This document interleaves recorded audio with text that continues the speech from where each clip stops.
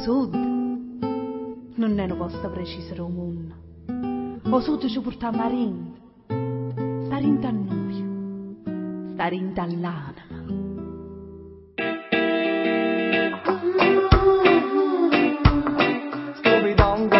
Salve giovani, oggi ci troviamo a Cannalonga e siamo ospiti di Toribio Tancredi, sindaco di Cannalonga, e ci troviamo qui in questo veramente accogliente paesino, e semplicemente per fare qualche domanda al sindaco.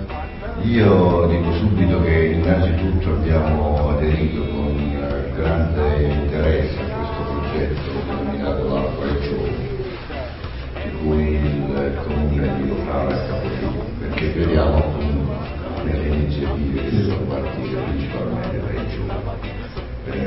La nostra fiera cosiddetta della Fregagnola è un evento molto importante che ha, risonanza anche oltre la regione Campania.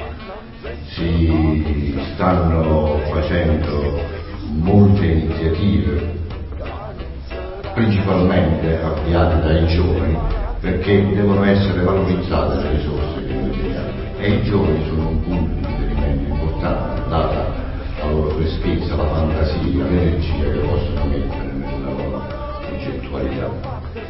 Si tende sicuramente a valorizzare ciò che è importante nel nostro territorio, a partire dal clima, perché noi dobbiamo sicuramente mettere in evidenza ciò che esiste nelle nostre zone meno inquinate. Partiamo per esempio, come dicevo poc'anzi, dalle coste, l'interno, il Cilento, poi abbiamo molto da valorizzare il fatto culturale, delle tradizioni che stanno via via scomparendo, perché in passato si tramandavano da padre in figlio, oggi queste cose esistono poco o niente, quindi bisogna riscoprire quelle tradizioni che danno valore e identità alle nostre popolazioni.